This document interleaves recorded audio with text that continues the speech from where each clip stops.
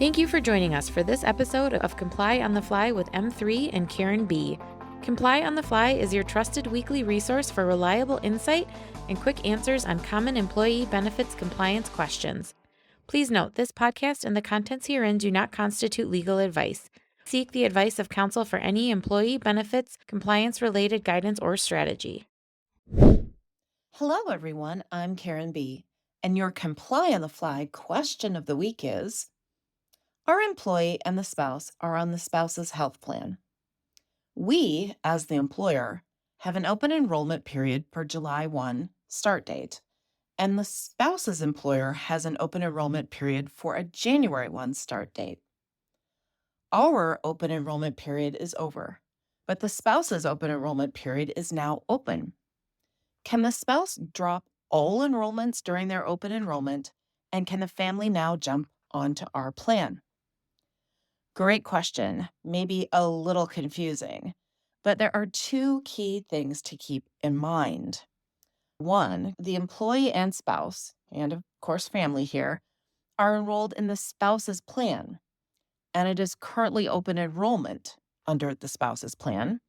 And two, the employee and spouse and family are not currently enrolled in the employee's plan, and it is not open enrollment time. So, looking at number one, can the spouse drop everyone off the plan at open enrollment time? Yeah, the answer is yes. People can be dropped without a Section 125 qualifying event because it is open enrollment or election time. So, no qualifying event is needed to revoke the pre-tax premium election, which is usually our problem in these situations. However, number two, but the real question is, can they enroll in the employee's plan when it is not open enrollment time? And the answer is most likely no. The employee would need a special enrollment event to actually enroll in the plan. And here I assume we're talking about the health plan.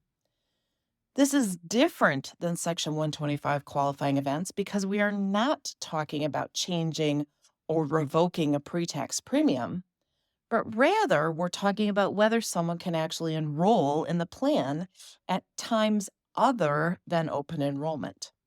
This, of course, is called special enrollment. And those events that allow for special enrollment are birth, adoption, marriage, or loss of other coverage. And that loss of other coverage usually means a loss of eligibility for the other coverage. Dropping coverage during the spouse's open enrollment would not be a loss of eligibility.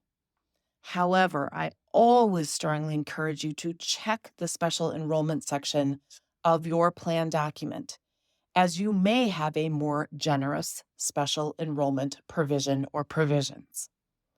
And that is your Comply on the Fly question of the week. Thanks for tuning in. What's on your mind? If you have a pressing compliance question, send it to askkarenb@m3ins.com.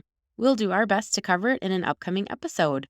You can now follow and subscribe to Comply on the Fly on Spotify, iTunes, and Google Podcasts. Make sure to tune in next week and encourage others to join us.